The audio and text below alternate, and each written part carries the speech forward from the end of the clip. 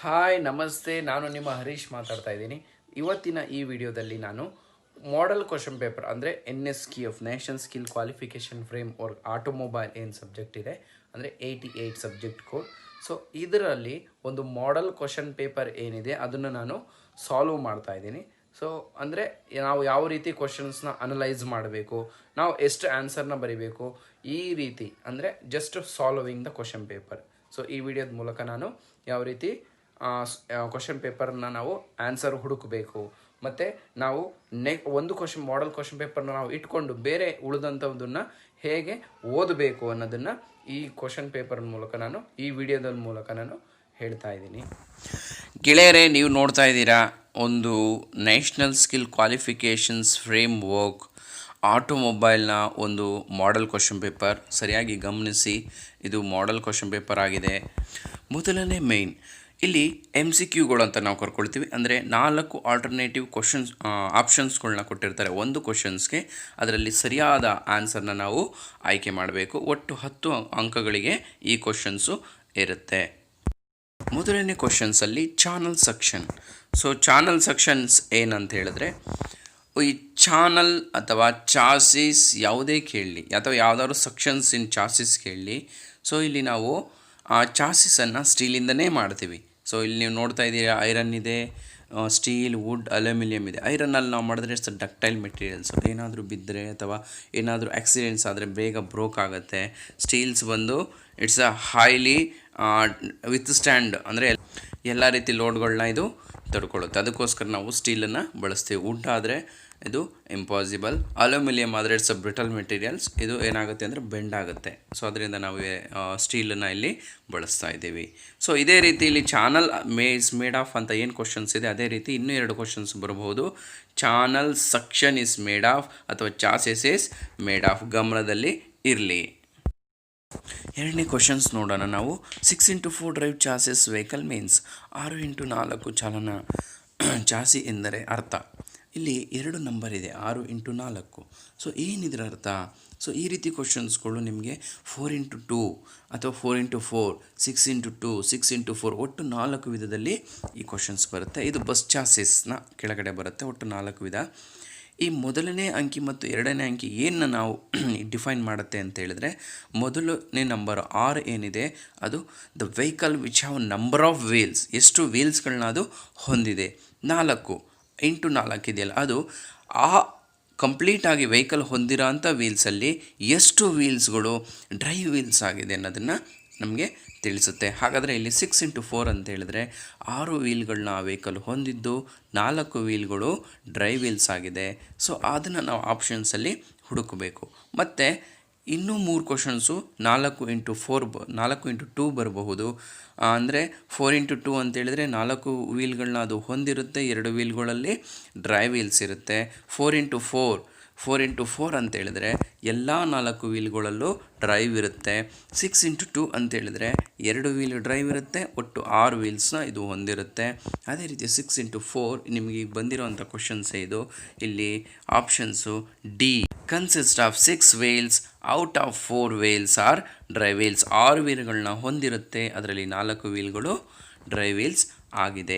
ಮೂರನೇ ಕ್ವಶನ್ಸ್ ಅರ್ಥ ಮಾಡ್ಕೊಳ್ಳಿ. ಫ್ಯೂಯಲ್ ಇಂಜೆಕ್ಟರ್ಸ್ ಆರ್ ಯೂಸ್ಡ್ ಇನ್, ಅಂದರೆ ಫ್ಯೂಯಲ್ ಇಂಜೆಕ್ಟರ್ನ ನಾವು ಯಾವ ಇಂಜಿನ್ನಲ್ಲಿ ನಾವು ಬಳಸ್ತೀವಿ ಅಂತ ಹೇಳಿ. ಇಲ್ಲಿ petrol engine, steam engine, diesel engine, jet engine, ಒಟ್ಟು 4 ಆಪ್ಷನ್ಸ್ಗಳಿದೆ. ಸೊ ಪೆಟ್ರೋಲ್ ಇಂಜಿನ್ ಅಂತ ಹೇಳಿದ್ರೇ ನಾವಲ್ಲಿ ಕಾರ್ಬೋರೇಟ್ರ್ ಬಳಸ್ತೀವಿ. ಏರು ಫ್ಯೂಯಲ್ 2 ಮಿಕ್ಸ್ ಆಗುತ್ತೆ. 2 ಪ್ರಾಪರಾಗಿ ಮಿಕ್ಸ್ ಆಗಿ ನಂತರ ಇನ್ಲೆಟ್ಗೆ ಬಂದು, ಅಂದರೆ ಏರು ಫ್ಯೂಯಲ್ 2 ಕಾರ್ಬೋರೇಟ್ರಿಂದ ಇನ್ಲೆಟ್ಗೆ ಬರುತ್ತೆ. So steam engine is totally different. ಯಾಕೆಂದರೆ combustion chamber and engine block ಏನಿದೆ ಅವೆರಡು ಕಂಪ್ಲೀಟಾಗಿ 2 ಬೇರೆ ಕಡೆ ಇರುತ್ತೆ. ಸೊ ಕಂಬಷನ್ ಪ್ರೋಸೆಸ್ ಬೇರೆ ಕಡೆ ಆಗಿ ಇಂಜಿನ್ನ ಪಿಸ್ಟನ್ನ ಮೂವ್ ಮಾಡುತ್ತೆ. Diesel engine it's very important thing. Diesel ಇಂಜಿನಲ್ಲಿ ಏರು ಮತ್ತು ಫ್ಯೂಯಲ್ಲು 2 ಒಟ್ಟಿಗೆ ಮಿಕ್ಸ್ ಆಗಲ್ಲ. ಬದಲಾಗಿ ಡೀಸೆಲ್ ಇಂಜಿನ್ಸಲ್ಲಿ ಬರೀ ಏರ್ ಮಾತ್ರ, large quantity of fresh air will be enters through the air filter ಮೂಲಕ ಇಂಜಿನ್ನ ಇನ್ಲೆಟ್ಗೆ ಬರುತ್ತೆ. ಹಾಗೆ ಡೀಸೆಲ್ಲು ಫ್ಯೂಯಲ್ನ ಇಂಜೆಕ್ಟರ್ ಮೂಲಕ, ಸೊ ನಾವಿಲ್ಲಿ ಒಂದು ಪ್ರೋಸೆಸ್ ಆಗುತ್ತೆ, ಈ ಡೀಸೆಲ್ ಏನಿರುತ್ತೆ ಅದನ್ನು ಸ್ಮಾಲ್ ಪಾರ್ಟಿಕಲ್ಸ್ ಆಗಿ ಬ್ರೋಕ್ ಮಾಡಿ ಅದು ಆಟೋಮೈಜೇಷನ್ ಅಂತ ಕರಿತೀವಿ. ಅದ್ರ ಮೂಲಕ ಇಂಜಿನ್ನ ಒಳಗಡೆಗೆ ಎಂಟ್ರಿ ಆಗಿ ಫ್ಯೂಯಲ್ಲು ಬರ್ನ್ ಆಗುತ್ತೆ. ಇಲ್ಲಿ ಸ್ಪಾರ್ಕ್ ಪ್ಲಗ್ನ ನಾವು ಬಳಸಲ್ಲ, ಬದಲಾಗಿ ಫ್ಯೂಯಲ್ ಇಂಜೆಕ್ಟರ್ನ ಫ್ಯೂಯಲ್ ಇಂಜೆಕ್ಟ್ ಮಾಡಲಿಕ್ಕೆ ಬಳಸ್ತೀವಿ. So jet engine also different. ಮುಂದಿನ question 4, the component use to ignite the fuel in petrol engine. Petrol ಇಂಜಿನಲ್ಲಿ ಇಂಧನವನ್ನು ಹೊತ್ತಿಸುವುದಕ್ಕಾಗಿ ಉಪಯೋಗಿಸುವ ಬಿಡಿ ಭಾಗ ಯಾವುದು?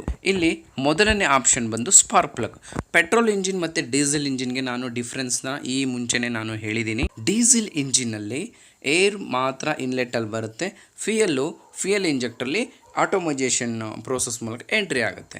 ಸೊ ಇಲ್ಲಿ ಪೆಟ್ರೋಲ್ ಇಂಜಿನಲ್ಲಿ ಕಾರ್ಬೋರೇಟ್ರು ಏನು ಕೆಲಸ ಮಾಡುತ್ತೆ ಅಂದರೆ ಏರು ಮತ್ತು ಫ್ಯೂಯಲ್ ಎರಡನ್ನು ಪ್ರಾಪರಾಗಿ ಮಿಕ್ಸ್ ಮಾಡಿ ಇಂಜಿನ್ನ ಒಳಗಡೆ ಎಂಟ್ರಿ ಕೊಡುತ್ತೆ. ಈ ಏರು ಮತ್ತು ಫ್ಯೂಯಲ್ ಚಾರ್ಜ್ ಅಂತ ಏನು ಕರ್ಕೊಳ್ತೀವಿ, ಇದನ್ನು ಬರ್ನ್ ಮಾಡಲಿಕ್ಕೆ ನಾವು ಇಲ್ಲಿ ಸ್ಪಾರ್ಕ್ ಪ್ಲಗ್ನ ಬಳಸ್ತೀವಿ. ಹಾಗಾಗಿ the right answer is spark plug. ಎರಡನೇದು ಪುಷ್ ರಾಡ್ ಇದೆ. ಪುಷ್ ರಾಡ್ ಬಂದು ವಾಲ್ಸ್ನ ಆಪ್ರೇಟ್ ಮಾಡಲಿಕ್ಕೆ, ಕ್ಯಾಮಿಂದ ವಾಲ್ಸ್ನ ಆಪ್ರೇಟ್ ಮಾಡಲಿಕ್ಕೆ, ಅಂದರೆ ರಾಕರ್ ಆರ್ಮ್ನ ಆಪ್ರೇಟ್ ಮಾಡಲಿಕ್ಕೆ ಬಳಸ್ತೀವಿ. Radiator for is totally different for cooling purpose. Carburettor also ಏರು ಮತ್ತು ಫ್ಯೂಯಲ್ನ ಪ್ರಾಪರಾಗಿ ಮಿಕ್ಸ್ ಮಾಡಲಿಕ್ಕೆ ನಾವು ಪೆಟ್ರೋಲ್ ಇಂಜಿನಲ್ಲಿ ಕಾರ್ಬೋರೇಟರ್ನ ಬಳಸ್ತೀವಿ.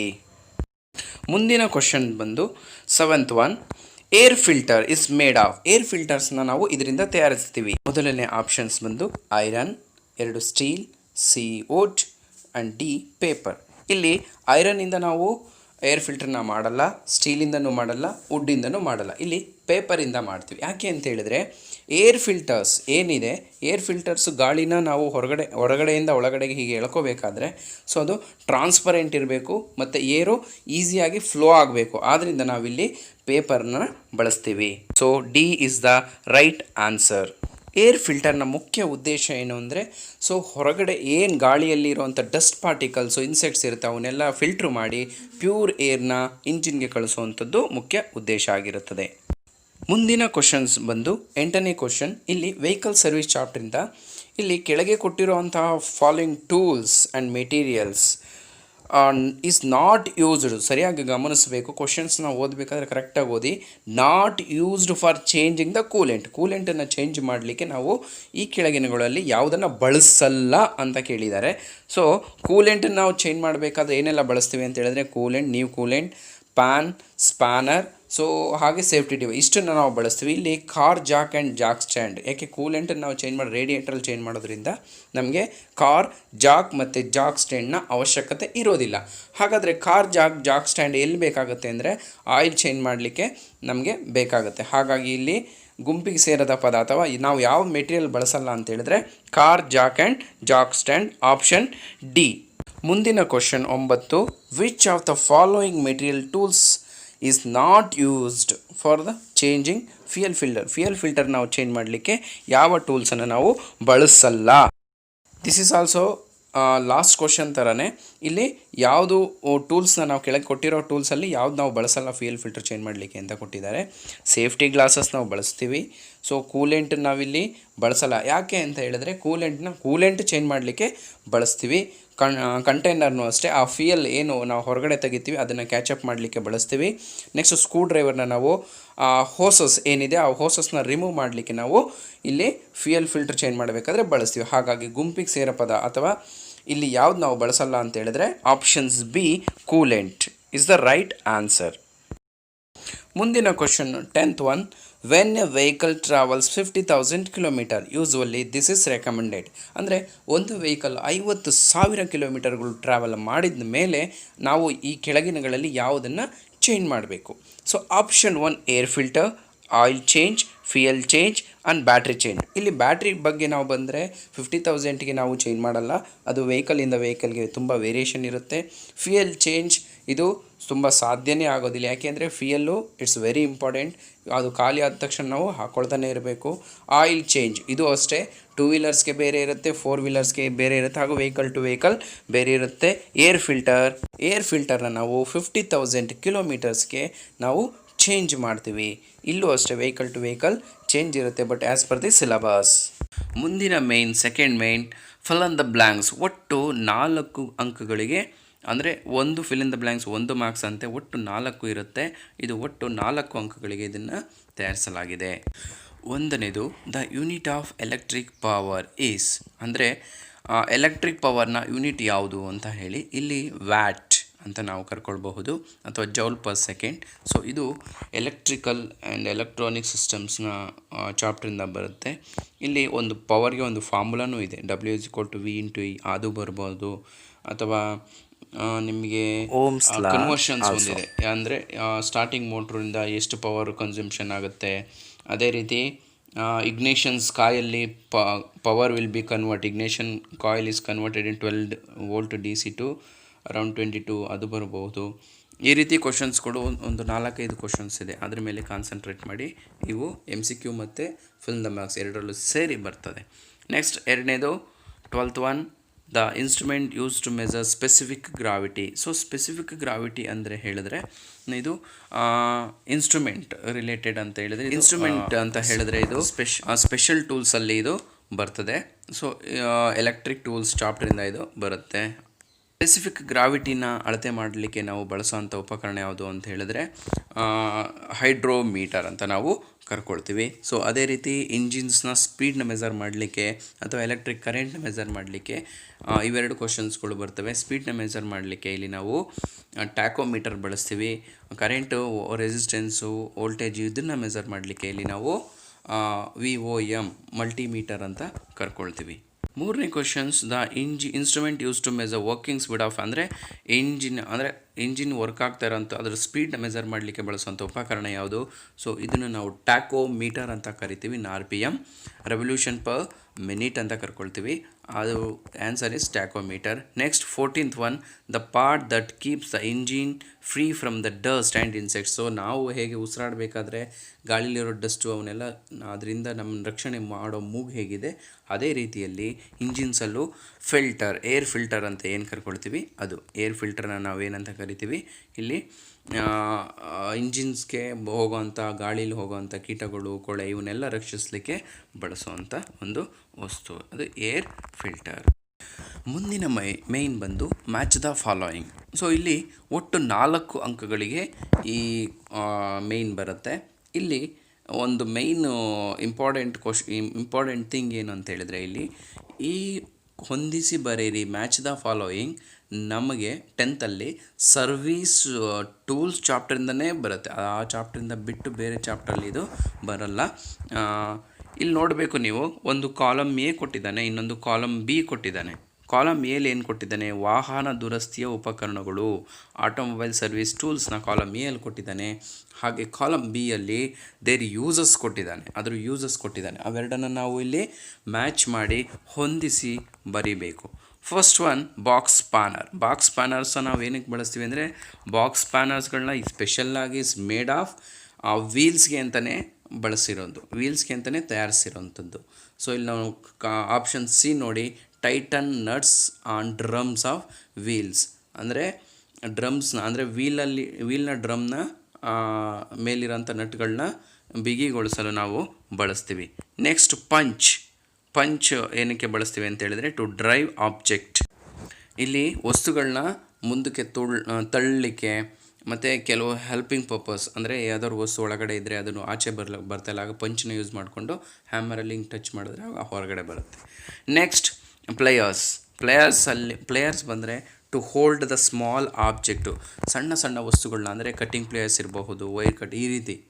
ಸೊ ಅವನ್ನೆಲ್ಲ ನಾವು ನೋಸ್ ಪ್ಲೇಯರ್ಸ್ ಇರಬಹುದು, ಇನ್ಸೈಡ್ ಔಟ್ಸೈಡು ಕಟ್ಟಿಂಗ್ ಪ್ಲೇಯರ್ಸ್, ಇವನ್ನೆಲ್ಲ ನಾವು ಪ್ಲೇಯರ್ಸ್ ಅಂತಲೇ ಕರ್ಕೊಳ್ತೀವಿ. ಅಂದರೆ ಯಾವುದಾದ್ರೂ ಒಂದು ವಸ್ತುನ ಹಿಡ್ಕೊಳ್ಳಿಕ್ಕೆ, ಸಣ್ಣ ವಸ್ತುವನ್ನು ಹಿಡಿಯಲು. ಆಪ್ಷನ್ಸ್ E ಏನಿದೆ ಅದು hold small object. Next one, mallet. So ಇಲ್ಲಿ ನಾವು ಹ್ಯಾಮರ್ ಮತ್ತು ಮ್ಯಾಲೆಟ್ ಎರಡಕ್ಕೂ ಡಿಫ್ರೆನ್ಸ್ ಇದೆ. ಹ್ಯಾಮರ್ ಬಂದು just hammering purpose, striking a nails and nothing, so many ಇದಕ್ಕೆ ನಾವು ಬಳಸ್ತೀವಿ. ಇಲ್ಲಿ ಮ್ಯಾಲೆಟ್ ಅಂತ ಹೇಳಿದ್ರೆ ಇಟ್ಸ್ ವೆರಿ ಇಂಪಾರ್ಟೆಂಟ್. ಇಲ್ಲಿ soft blow on sheet metal ಕೆಲಸಕ್ಕೇ ನಾವು ಬಳಸ್ತೀವಿ. ಮ್ಯಾಲೆಟಲ್ಲಿ ನಾವು ಹ್ಯಾಮರಿಂಗ್ ಮಾಡಿದ್ರೆ ಅಲ್ಲಿ ಯಾವುದೇ ಮಾರ್ಕ್ ಉಳಿಯಲ್ಲ. ಶೀಟ್ ಮೆಟಲ್ ಆದರೆ ತುಂಬ ಮಾರ್ಕ್ ಉಳಿಯೋ ಚಾನ್ಸಸ್ ಇರುತ್ತೆ. ಅದಕ್ಕೋಸ್ಕರ ನಾವಿಲ್ಲಿ ಮ್ಯಾಲೆಟ್ನ ಮಾಡ್ತೀವಿ. ಅಂದರೆ ಪ್ಲಾಸ್ಟಿಕ್ ಹ್ಯಾಮರ್ ಇರಬಹುದು, ರಬ್ಬರ್ ಹ್ಯಾಮರ್ ಇರ್ಬೋದು, that is a mallet thing. So ಯಾವಾಗಲೂ ಅಷ್ಟೇ ಮ್ಯಾಚ್ ದ ಫಾಲೋಯಿಂಗ್ ಇದೇ ರೀತಿ ಬರುತ್ತೆ. ಅಂದರೆ ನಾವೇನು ಮಾಡಬೇಕು ಅಂದರೆ ಕಾಲಮ್ ಎಯಲ್ಲಿ ನಿಮಗೆ ಟೂಲ್ಸ್ ಕೊಡ್ತಾರೆ, ಕಾಲಮ್ ಬಿಯಲ್ಲಿ ಅದು ಯೂಸರ್ಸ್ ಕೊಡ್ತಾನೆ, ಅದನ್ನೆರಡನ್ನು ಮ್ಯಾಚ್ ಮಾಡಬೇಕು. ನೆಕ್ಸ್ಟ್ ಮೇಯ್ನಲ್ಲಿ ನಾವು ಏನು ಅಂತ ಹೇಳಿದ್ರೆ ಆನ್ಸರ್ ದು ಫಾಲೋಯಿಂಗ್. 1 ಮಾರ್ಕ್ಸ್ ಕ್ವಶನ್ಸು ಒಟ್ಟು ಇಲ್ಲಿ 6 ಇರುತ್ತೆ. 6ರಲ್ಲಿ ನಾವು ಆನ್ಸರ್ ಮಾಡಬೇಕು. List the types of steering systems. Steering ಸಿಸ್ಟಮ್ಸಲ್ಲಿ ಒಟ್ಟು 2 ಟೈಪ್ಸ್ ಇರುತ್ತೆ. ಅವೆರಡು ಟೈಪ್ಸ್ಗಳನ್ನ ನೀವು ಬರೆದರೆ ಸಾಕು. ಒಂದು ಮೆಕ್ಯಾನಿಕಲ್ ಲಿಂಕೇಜ್ ಸ್ಟೇರಿಂಗ್ ಸಿಸ್ಟಮ್, ಇನ್ನೊಂದು ಪವರ್ ಸ್ಟೇರಿಂಗ್ ಸಿಸ್ಟಮ್. ಇದು ಎರಡು ಟೈಪ್ಸ್ ಆಫ್ ಸ್ಟೇರಿಂಗ್. ಮೆಕ್ಯಾನಿಕಲ್ ಅಂತ ಹೇಳಿದ್ರೆ ಕಂಪ್ಲೀಟ್ಲಿ ಮೆಕ್ಯಾನಿಕಲ್ ಲಿಂಕೇಜ್ಗಳ ಮೂಲಕ ಮಾಡಿರ್ತೀವಿ. ಪವರ್ ಸ್ಟೇರಿಂಗ್ ಅಂತ ಹೇಳಿದ್ರೆ it's operated by oil and bits, hydraulic or pneumatic. ಎರಡನೇ question define 17th one define resistance. So resistance ಅಂದರೆ ಏನು ಅಂತ ರೋಧ ಅಂತ ಕರ್ಕೊಳ್ತೀವಿ. ಜನರಲ್ ಆಗಿ ರೆಸಿಸ್ಟೆನ್ಸ್ ಅಂತ ಹೇಳಿದ್ರೆ that is oppose to move. ಆದರೆ ಇದು ಎಲೆಕ್ಟ್ರಿಕ್ ಆ್ಯಂಡ್ ಎಲೆಕ್ಟ್ರಾನಿಕ್ಸ್ ಚಾಪ್ಟರ್ ಬರೋದ್ರಿಂದ ನಾವಿಲ್ಲಿ how hard a conductor resist the flow of electric current. Electric current ಹೇಗೆ ಫ್ಲೋ ಆಗುತ್ತೆ, ಅದನ್ನು ಯಾವ ರೇಂಜಲ್ಲಿ ತಡೆಯುತ್ತೆ, ಆ ಫ್ಲೋ ಆಗೋದನ್ನು ಹೇಗೆ ತಡೆಯುತ್ತೆ, ಎಷ್ಟು ರೇಂಜಲ್ಲಿ ತಡೆಯುತ್ತೆ, ಅದನ್ನು ನಾವು ರೆಸಿಸ್ಟೆನ್ಸ್ ಅಂತ ಕರಿತೀವಿ. ದಟ್ ಈಸ್ ಏನಂತ ಕರಿತೀವಿ, ರೆಸಿಸ್ಟ್ ಅಂದರೆ ಆಪೋಸ್ ಟು ಮೂವ್ ಅಂತ ಇದಕ್ಕೆ ಆನ್ಸರ್ ಇರುತ್ತೆ. Next why the drill bits are used. So ಇದಕ್ಕೆ ನೀವು ಸರಿಯಾಗಿ ಗಮನಿಸ್ಕೋಬೇಕು. ಮ್ಯಾಚ್ ದ ಫಾಲೋಯಿಂಗಲ್ಲಿ ಇದಕ್ಕೆ ಕಾಲಮ್ ಬಿಯಲ್ಲಿ ಆನ್ಸರ್ ಆಲ್ರೆಡಿ ಇದೆ. The drill bits are used. ನಾವು ಡ್ರಿಲ್ ಬಿಟ್ಸ್ನ ಏನಕ್ಕೆ ಬಳಸ್ತೀವಿ ಅಂತ ಹೇಳಿದ್ರೆ ಟು ಕ್ರಿಯೇಟ್ ಸಿಲಿಂಡ್ರಿಕಲ್ ಹೋಲ್ಸ್, ವೃತ್ತಾಕಾರದ ರಂಧ್ರಗಳನ್ನು ರಚಿಸಲಿಕ್ಕೆ ನಾವು ಡ್ರಿಲ್ ಬಿಟ್ಸ್ಗಳನ್ನ ಬಳಸ್ತೀವಿ. ಹೀಗೆ ಮ್ಯಾಥ್ ದ ಫಾಲೋಯಿಂಗಲ್ಲಿ ತುಂಬ ಕ್ವಶನ್ಗಳಿಗೆ ಆನ್ಸರ್ ಇರುತ್ತೆ, ಸರಿಯಾಗಿ ಗಮನಿಸ್ಕೊಳ್ಬೇಕು. ನೆಕ್ಸ್ಟ್ ಕ್ವಶನ್, ವಾಹನದ ಇಂಧನದ ಒತ್ತಡ ಕಡಿಮೆ ಆದಾಗ ಬದಲಾಯಿಸಬೇಕಾದ ಬಿಡಿಭಾಗ. ಅಂದರೆ ಫ್ಯೂಯಲ್ ಪ್ರೆಷರ್ ಡಿಕ್ರೀಸ್ ಆದಾಗ which part we have to change. So fuel pump answer. Fuel ಪಂಪ್ನ ಕೆಲಸ ಏನು ಅಂದರೆ ಫ್ಯೂಯಲ್ ಪ್ರೆಷರ್ನ ಇನ್ಕ್ರೀಸ್ ಮಾಡೋದು. ಸೊ ಫ್ಯೂಯಲ್ ಪ್ರೆಷರ್ ಡಿಕ್ರೀಸ್ ಆದರೆ ಫ್ಯೂಯಲ್ ಪಂಪ್ನ ನಾವು ಚೇಂಜ್ ಮಾಡಿ 20 ಮತ್ತು 21ನೇ ಕ್ವಶನ್ಸ್ ಇರಬಹುದು. ಇವೆರಡು ಕ್ವಶನ್ಸು ಇಸ್ ವೆರಿ ಇಂಪಾರ್ಟೆಂಟ್. ಯಾಕೆ ಅಂತ ಹೇಳಿದ್ರೆ ಕೊನೆ ಚಾಪ್ಟ್ರು ಇನೋವೇಷನ್ಸ್ ಮತ್ತು ಡೆವಲಪ್ಮೆಂಟ್ ಚಾಪ್ಟ್ರಿಂದನೇ ಬರುತ್ತೆ 2 ಕ್ವಶನ್ಸು.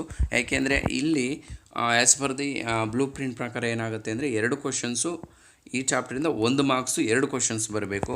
ಇಲ್ಲಿ ಫಸ್ಟೇದು who introduce first navigation systems in 90s. Navigation ಸಿಸ್ಟಮ್ಸ್ನ ಯಾರು ಫಸ್ಟು ಕಂಡುಹಿಡಿದ್ರು ಅಂತ ಹೇಳಿ. ಸೊ ಇಲ್ಲಿ ನಿಮಗೆ ಆನ್ಸರ್ ಬಂದು ಹೋಂಡಾ ಅಂತ ಬರೆದ್ರೆ ನಿಮಗೆ ಯು ಗೆಟ್ಟಿಂಗ್ 1. ಇದೇ ರೀತಿ ತುಂಬ ಕ್ವಶನ್ಸ್ಗಳನ್ನ ಇದರಲ್ಲಿ ಒಟ್ಟು 8 ಏನೋ ಇದೆ. ಟಾಪ್ 10 ಇನೋವೇಷನ್ಸಲ್ಲಿ ಈ 2 ಕ್ವಶನ್ಸು ಬಂದೇ ಬರುತ್ತೆ. ನೆಕ್ಸ್ಟ್ 21 ಬಂದು name the component adapted electronic stability. Electron ಸ್ಟೆಬಿಲಿಟಿನ ಯಾರು ಫಸ್ಟು ಯಾರು ಕಾರ್ಗಳಲ್ಲಿ ಅಳವಡಿಸ್ಕೊಂಡ್ರು ಅಂತ ಹೇಳಿ BMW ಮತ್ತು ಮರ್ಸಿಡಿಸ್ ಬೆಂಜ್ ಅನ್ನೋದು ಇಸ್ ದ ರೈಟ್ ಆನ್ಸರ್. ನೀವು ಟಾಪ್ 10 ಇನೋವೇಷನ್ಸ್ಗಳನ್ನ ಅಂದರೆ ಇನೋವೇಷನ್ಸ್ ಆ್ಯಂಡ್ ಡೆವಲಪ್ಮೆಂಟ್ ಚಾಪ್ಟರಲ್ಲಿ ನೀವು ಓದ್ಕೊಂಡ್ರೆ ಒಟ್ಟು 10 ಇದೆ. ಅದರಲ್ಲಿ 8 ಕರೆಕ್ಟಾಗಿ ನಾವು ಓದ್ಕೊಂಡ್ರೆ ಇವೆರಡು ಕ್ವಶನ್ಸ್ಗಳು ನಾವು ಈಸಿಯಾಗಿ ಆನ್ಸರ್ ಮಾಡಬಹುದು. ಉಳಿದಂಥ 2, 3, 4 ಕ್ವಶನ್ಸ್ ಆನ್ಸರ್ಸ್ ಏನಿದೆ ಅದನ್ನು ನೆಕ್ಸ್ಟ್ ವೀಡಿಯೋದಲ್ಲಿ ಮಾಡ್ತೀನಿ. ಸೊ ನೆಕ್ಸ್ಟ್ ಮುಂದಿನ ವೀಡಿಯೋಗಳಿಗೋಸ್ಕರ ನೀವು ಚಾನಲ್ನ ಸಬ್ಸ್ಕ್ರೈಬ್ ಮಾಡಿ. Thank you for watching.